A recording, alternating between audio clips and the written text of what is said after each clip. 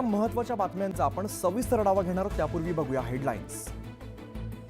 Headlines प्रायोजक राजयोग paints. आनंद तुमचा, रंग आमचा.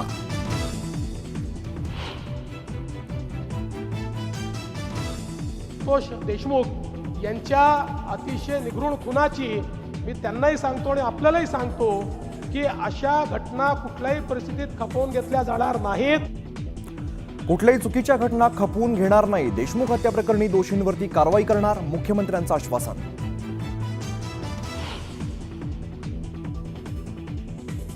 राख, वाळू आणि भूमाफियांवरती मकोका लावा. बीडच्या कार्यक्रमात सुरेश धस यांची मुख्यमंत्री फडणवीसांकडे मागणी.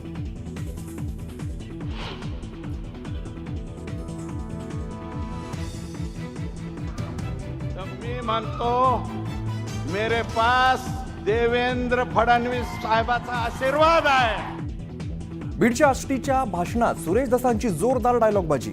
आष्टीतील कार्यक्रमात सुरेश धसांकडून फडणवीसांचं कौतुक. आम्ही पण पिक्चरचे डायलॉग म्हणतो. शिवगामीचं वाक्य असतं, मेरा वचन ही है मेरा शासन. शिवगामी देवी ही बाहुबलीची आई होती. फडणवीसांना बघताना मनात ममत्वाचा भाव आला. मुख्यमंत्री फडणवीसांसमोर पंकजा मुंडेंचंही जोरदार भाषण.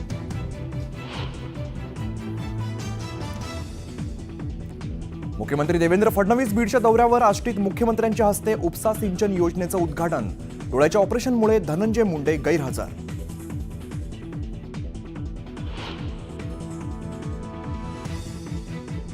राहुल तसं बाळायला गेलं असं विधान केलं तर औरंगजेबची जे अवलादच म्हणायला पाहिजे. राहुल सोलापूरकर सारख्यांच्या जीवा हसडा असली प्रवृत्ती ठेचून काढा. उदयनराजेंचा संताप.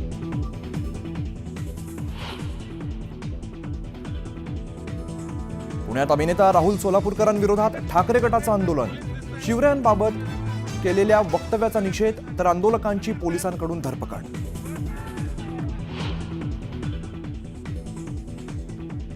दिशा सालियन आत्महत्या प्रकरणी आदित्य ठाकरेंना ताब्यात घेऊन चौकशीची गरज काय? याचिकाकर्त्यांना हायकोर्टाचा सवाल.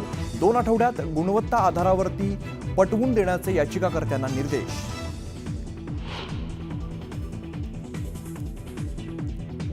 सोयाबीन खरेदीची मुदत उद्या संपणार. शेतकऱ्यांच्या खरेदी केंद्रावरती रांगा तर धाराशिवमध्ये खरेदी केंद्राच्या कारभारावरती शेतकरी संतप्त. शेतकऱ्यांकडून मुदतवाढीची मागणी.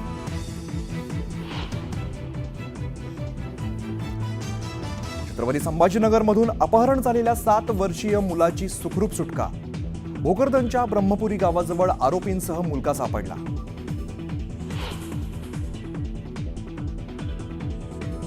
हबप शिरीष महाराज मोरे यांची आत्महत्या. तीर्थक्षेत्र देहू गावावरती दुःखाचा डोंगर. तुकाराम महाराजांचे होते 11वे वंशज.